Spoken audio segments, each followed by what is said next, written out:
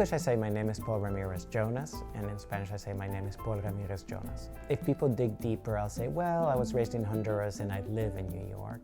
When I moved to New York, even though it took me a while to meet people like Felix Gonzalez Torres or Luis Kametzer or Tania Bruguera and Pablo Helguera, you know, the people that I think of in my head as like my peers, even if I don't see them very often. So I feel like Latin America is in New York in a certain way.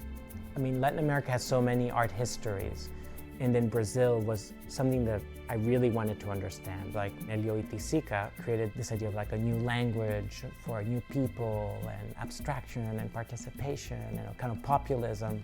So all to say that by the time I got to show in Brazil, I was already thinking about participation. And Publicar was made in Porto Alegre. And I was in Porto Alegre and I was looking at this park specifically because it was like a funny little park that had every single possible example of what a monument could be. And one of the monuments, kind of typology of monument, was a rock with a plaque.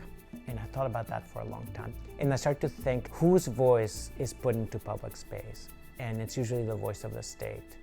And that means that the voice needs to be permanent, right? The public space is going to be inscribed permanently. And that's why public monuments are made of marble, stone, bronze, and metal. And I thought, oh, what about our voices? You know, where is the room for our voices in public space? And that's usually a conversation or a newspaper, and those materials are ephemeral. So I thought it makes perfect sense, right? The state speaks permanently in permanent materials, and we are the weak voice, we speak in ephemeral materials. So I thought, can I switch one of the materials of the permanent monument for a material that would allow for our ephemeral voices? So I would replace the metal for cork. And then if I put push pins, then people will know how to use them. So Publicar was spread in 3 locations around the city of Porto Alegre, and one of them was in that park. And I called it Publicar because what's funny in Spanish or beautiful is that the word publicar means to publish, but it's literally you're conjugating the word public.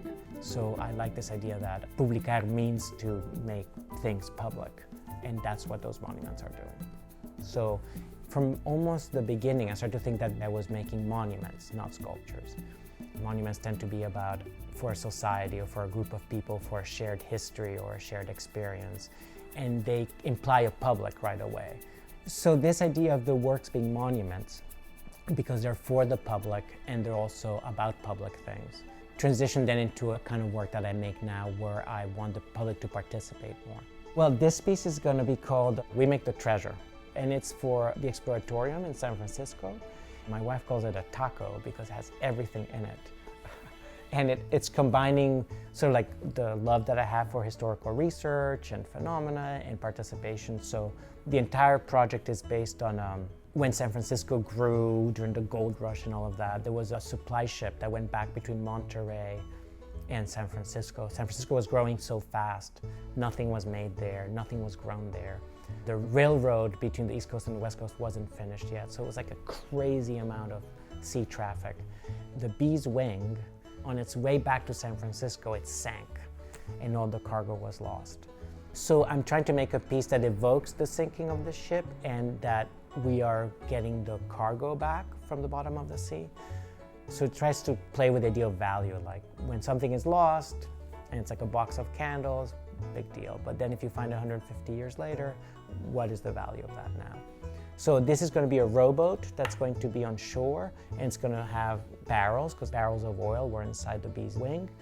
And then it's also going to be full of coins, 5 types of coins: pennies, copper discs, copper buttons, a special coin I'm making for the piece, and crayons that are replicas of the US penny, but are actually crayons that you can draw with. And then there'll be all ways of interacting and exchanging the currency in this rowboat. So that's what's going to happen.